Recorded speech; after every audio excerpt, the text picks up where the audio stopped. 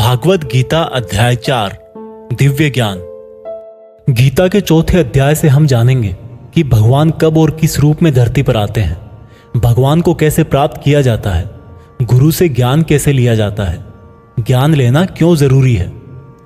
श्री कृष्ण बोले कि अर्जुन, जो महान गीता ज्ञान मैं तुझे बता रहा हूं वो मैंने बहुत पहले ही इसी पृथ्वी पर बताया था, लेकिन समय के साथ वो लुप्त हो गया।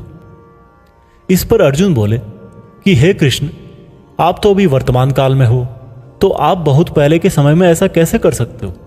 श्री कृष्ण बोले कि अर्जुन, तुझे नहीं पता कि तेरे और मेरे कितने जन्म हो चुके हैं। जब जब इस संसार में धर्म का नाश होता है तब तब मैं अधर्म का नाश करने इस धरती पर मानव रूप में आता हूँ और कर्म करके अपना शरीर यहीं छोड़कर वापस चला जाता हूँ। जिस तरह से कोई शिष्य मुझे बहुत प्रेम करता है, उसी प्रकार से मैं भी अपने शिष्यों से बहुत प्रेम करता हूं। मैंने भले ही इस संसार को बनाया है, लेकिन मैं फिर भी यह नहीं सोचता कि यह मैंने बनाया है। इसलिए मनुष्य को भी कर्म करते समय यह नहीं सोचना चाहिए कि मैं कर रहा हूं। जो मनुष्य किसी भी कर्म के फल और सुख दुख से परे होकर कर्म करता है वही सबसे अच्छा है।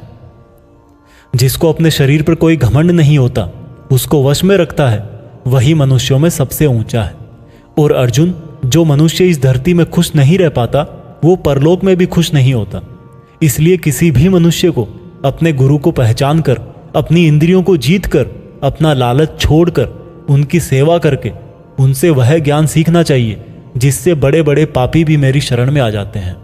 जिस तरह से आग सूखी लकड़ियों को जला देती है, उसी तरह से गुरु से सीखा हुआ ज्ञान भी हर अज्ञान को मिटा देता है। हमेशा कर्म करने वाला और हमेशा मुझ में श्रद्धा रखने वाला ही मुझको प्राप्त कर पाता है। इसलिए जिसने भी कर्म योग से सभी कर्मों को और खुद को अकर्ता मानते हुए परमात्मा को अर्पण कर दिए हैं, ऐसे मनुष्य को उसके कर्म कभी नहीं बांधते।